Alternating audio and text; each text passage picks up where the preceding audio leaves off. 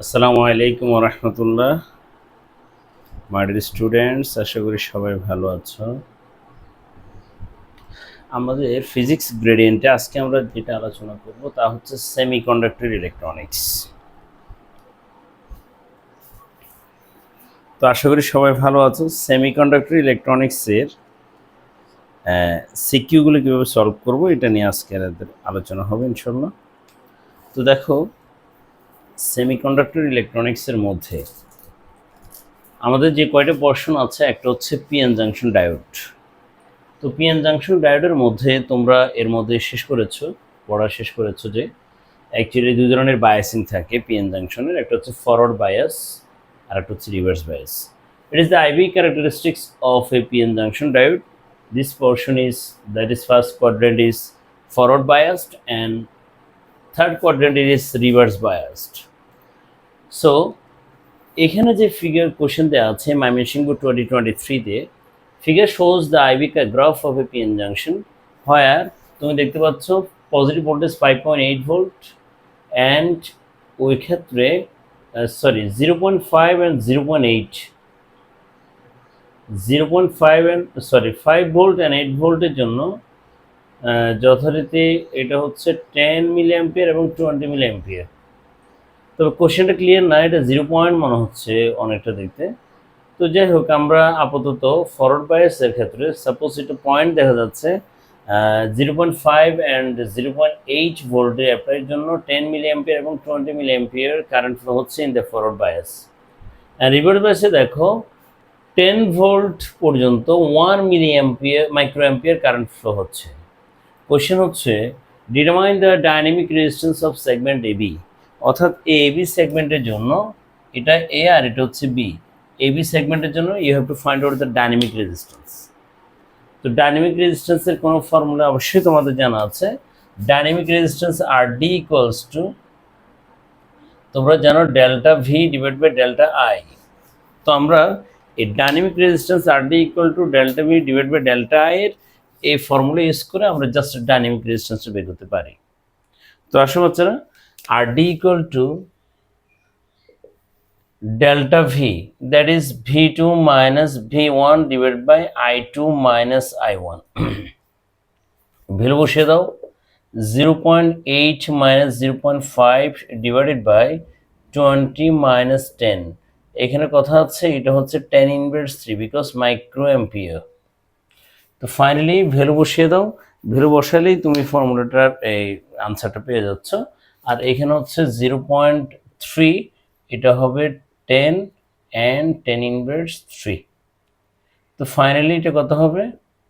Finally হবে এটা হচ্ছে 0.3 divide by 10 inverse 2, that is 0.3 into 10 to the power 2।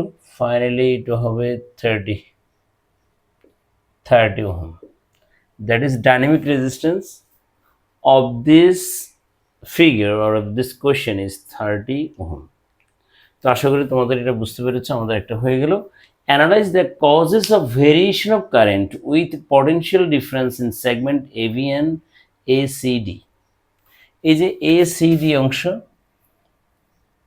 আর এটা এবি অংশ, এই দুটোর মধ্যে কারেন্টের যে ভেরিয়েশনটা, দুটোতে দুই রকম কেন, এটা তোমাকে এক্সপ্লেন করতে বলেছি। তো তুমি যথারীতি দেখতে পাচ্ছ একটা হচ্ছে ফরওয়ার্ড বায়াস আর একটা হচ্ছে রিভার্স বায়াস। তো ফরওয়ার্ড বায়াসের ক্ষেত্রে তুমি কি জানো আর রিভার্স বায়াসের ক্ষেত্রে কি জানো, আশা করি তোমরা এটা পড়েছো এর মধ্যে। In case of forward bias after the knee voltage, তুমি হয়তো জানো এই কোশ্চেনটাতে একটু প্রবলেম আছে, এটা 0 দিলে সুন্দর হতো। যাই হোক, after the knee voltage in case of forward bias PN junction diode, if voltage changes slightly then the current will flow more, that is abruptly, হঠাৎ করে বেড়ে যায়।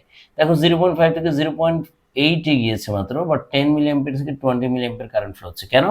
In case of forward bias the P region of the PN junction diode is connected with the positive terminal of the battery.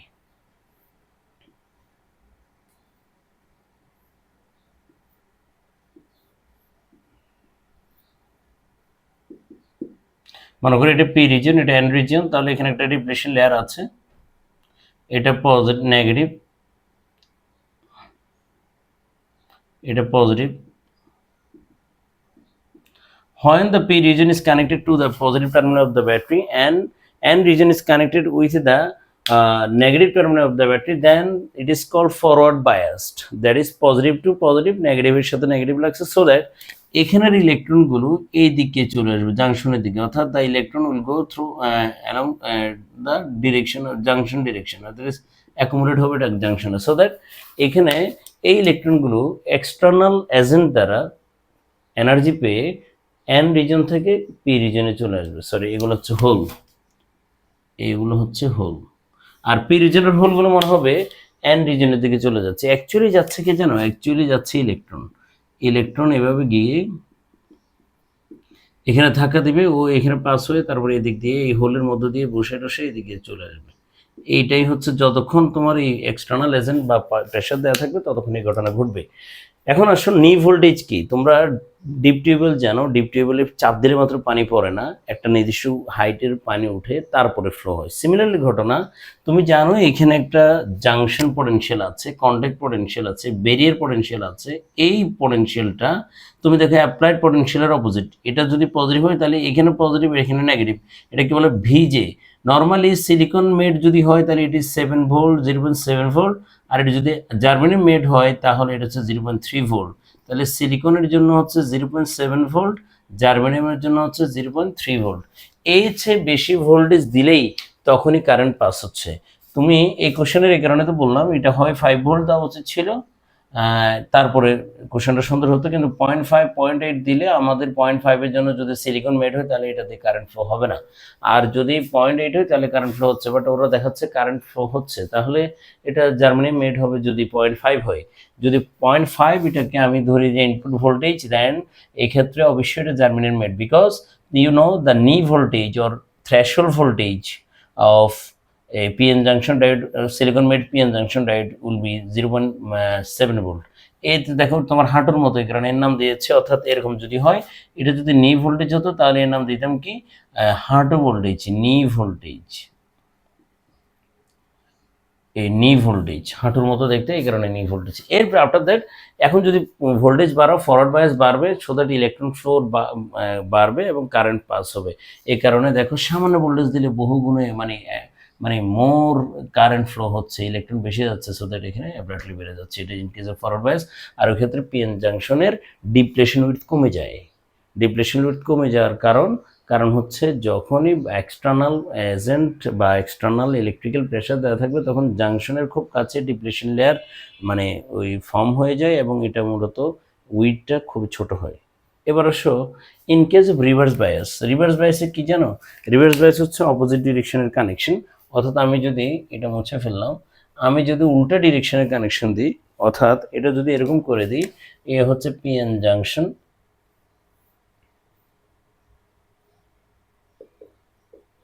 Depletion উইডথটা অনেক বড় হয়ে যাবে। কেন? এই জাংশনের সাথে পি এর সাথে আমি নেগেটিভ দিয়েছি, এন এর সাথে পজিটিভ দিয়েছি, তাও দেখো কারেন্ট পাস হবে না। কারণ হচ্ছে এখানে দেখো ডিপ্লেশন উইডথটা বেড়ে গেছে আগের তুলনায়।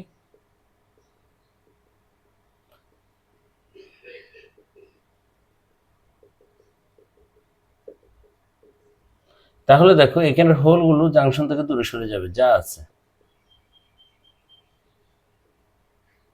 এখানের ইলেকট্রনগুলো জাংশন থেকে দূরে সরে যাবে। তাহলে দেখো কোনো ইলেকট্রনই জাংশন ক্রস করছে না, কোনো হোলই জাংশন ক্রস করছে না। তাহলে দেখো due to the external pressure, external agent, external potential difference, this voltage, এটার কারণে কোনো ইলেকট্রন আর হোলে দিস জাংশন ক্রস করার কোনো ক্ষমতা নেই। তাহলে সামান্য কারেন্ট যাবে।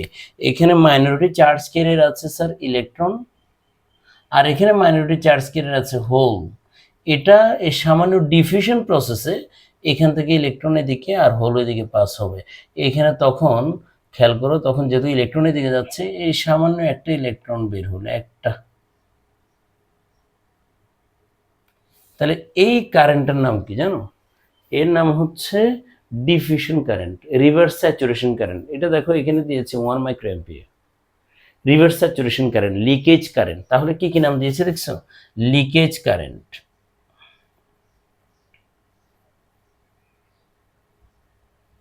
রিভার্স স্যাচুরেশন কারেন্ট,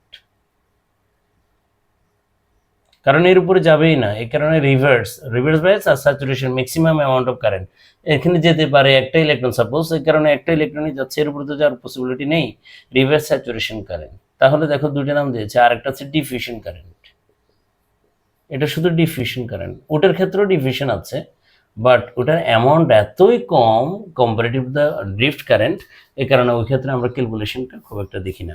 এই হচ্ছে তিনটা নাম। এবং আফটার দ্যাট তুমি যদি মনে করো সাপোজ এখানে 10 ভোল্ট দিয়েছে, 10 ভোল্টেজের পর তুমি যদি আরো ভোল্টেজ বাড়াও, তাহলে দেখো এখানে temperature H equal to I square R T, H equal to I square R T, অথবা V square R divided by V square T divided by R. তুমি দেখো এখানে যেহেতু কারেন্ট কম পাস হচ্ছে, রেজিস্ট্যান্স অনেক বেশি, রেজিস্ট্যান্স বেশি হলে কি হবে, হিট বেশি প্রডিউস হবে, হিট বেশি প্রডিউস হলে কি হবে, এখানে এখানে যে কোভ্যালেন্ট বন্ডগুলো আছে সবগুলোর মধ্যে ভাইব্রেশন বেড়ে যাবে। একটা সময় এসে দেখা যাচ্ছে একটা কোভ্যালেন্ট বন্ড ভেঙে গেল, ওই ভাঙা কোভ্যালেন্ট বন্ড থেকে দুটো ইলেকট্রন বের হলো, ওই দুটো ইলেকট্রন বা একটা ইলেকট্রন যাই হোক না কেন, দুটো ইলেকট্রন দুটো বন্ড ভেঙে ফেললো, চারটা ইলেকট্রন বের হলো, ওই চারটা ইলেকট্রন আরও চারটা বন্ড ভেঙে ফেললো, আটটা ইলেকট্রন বের হলো নতুন করে। এভাবে করে দেখা যাচ্ছে অনেক বেশি বন্ড ভেঙে গিয়ে একটা অ্যাভালেন্স বা তুষার ধসের মতো হঠাৎ করে কারেন্ট অনেক বেশি বেড়ে যায়, এর নাম হচ্ছে অ্যাভালেন্স ব্রেকডাউন। এখন আমাদের ফিজিক্সের বুকে লিখছে জেনার ব্রেকডাউন, অ্যাকচুয়ালি এটা জেনার ব্রেকডাউন, এটা হচ্ছে অ্যাভালেন্স ব্রেকডাউন। এখন প্রশ্ন হচ্ছে জেনার ব্রেকডাউন কখন, তাহলে এটা জেনার ব্রেকডাউন হবে, তাহলে এটা ডিপেন্ড করবে সেমিকন্ডাক্টরের উপর। যদি নন ডিজেনারেট সেমিকন্ডাক্টরের তৈরি হয়, নন ডিজেনারেট সেমিকন্ডাক্টর, তখন এক্ষেত্রে হচ্ছে অ্যাভালেন্স ব্রেকডাউন হবে।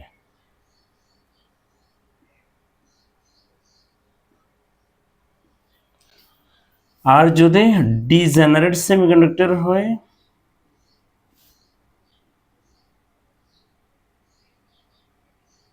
তখন জেনার ব্রেকডাউন হবে।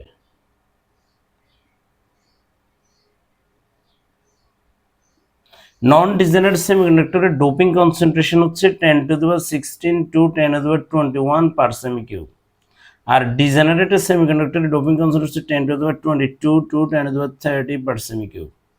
তাহলে দেখো দুইটার কনসেন্ট্রেশন, ডোপিং কনসেন্ট্রেশন কিন্তু সেম না, যার ফলে ডোপিং কনসেন্ট্রেশন যাদের কম, নর্মাল পিএন জাংশন ডায়োড যেগুলো আমাদের ফিজিক্স বুকে আমরা যেটা ডিসকাশন করছি, এটা হচ্ছে নন ডিজেনারেট সেমিকন্ডাক্টরের তৈরি। কিন্তু আমাদের ফিজিক্স রাইটাররা কীভাবে জানে, ওনারা এটা ভুলে গেছে যে অ্যাকচুয়ালি অ্যাভারেজ ব্রেকডাউন শুধুমাত্র নন ডিজেনারেট সেমিকন্ডাক্টরের জন্যই হয়, আর ডিজেনারেট সেমিকন্ডাক্টরের ক্ষেত্রে জেনার ব্রেকডাউন হয়। তো যাই হোক, এই অংশটা যেহেতু তোমার একেবারে নতুন, তুমি এটা একটু ওভাবে লিখতে হবে। তো আসো আমরা এতটুকুর পর আমরা নেক্সট কোশ্চেনে যাই, নেক্সট কোশ্চেনটা আরও সুন্দর হবে আশা করছি। তুমি দেখো নেক্সট কোশ্চেনটা কি,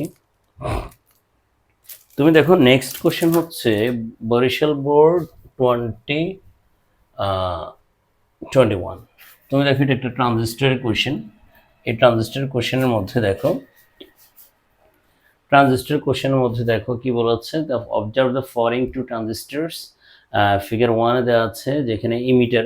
আচ্ছা আরেকটা কথা, ট্রানজিস্টরের ক্ষেত্রে কারেন্ট যে দিক দিয়ে বেড়ে যাবে, যদি কারেন্ট আউট গোয়িং হয় তখন এটার নাম হচ্ছে NPN ট্রানজিস্টর, এটাও সেম NPN ট্রানজিস্টর। আর ইমিটার দিয়ে ইনকামিং যদি হতো, সাপোজ এরকম যদি হতো, তখন এটাকে নাম দিতাম PNP। তো যাই হোক, ইমিটার দিয়ে কারেন্ট যদি আউটগোয়িং হয় তাহলে এই ট্রানজিস্টরের নাম হচ্ছে NPN, আর ইমিটার দিয়ে কারেন্ট যদি ইনকামিং হয় অর্থাৎ ইনওয়ার্ড ডিরেকশনে যায় তখন হচ্ছে এটা হচ্ছে PNP। তো এখানে দুটো ফিগার দেওয়া আছে, দুটো NPN ট্রানজিস্টর, একটা হচ্ছে ফিগার 1 আর একটা ফিগার 2, যেখানে আলফা দেওয়া আছে 1-এ 0.96 অ্যান্ড ইমিটার কারেন্ট হচ্ছে IE ইকুয়াল টু হচ্ছে 1.056 মিলিঅ্যাম্পিয়ার।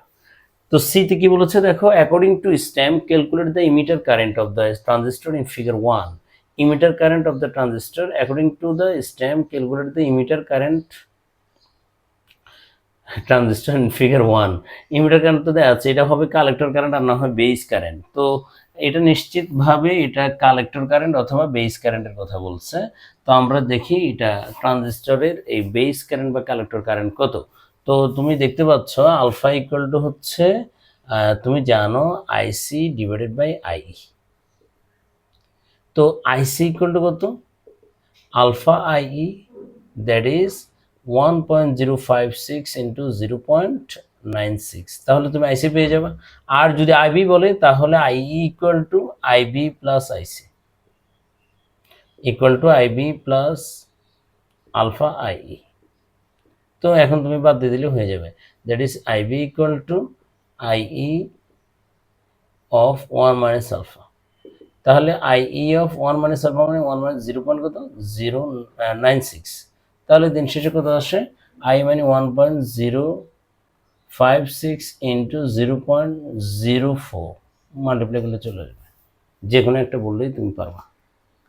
এরপর আসো which transistor is more suitable used as an amplifier, যার বিটা বেশি আর আলফা বেশি সে মানে অ্যাম্পলিফায়ার হিসেবে ভালো হবে। তো অ্যাম্পলিফায়ার হিসেবে কে ভালো, এটার জন্য আমরা চাইলে বিটা বের করতে পারি।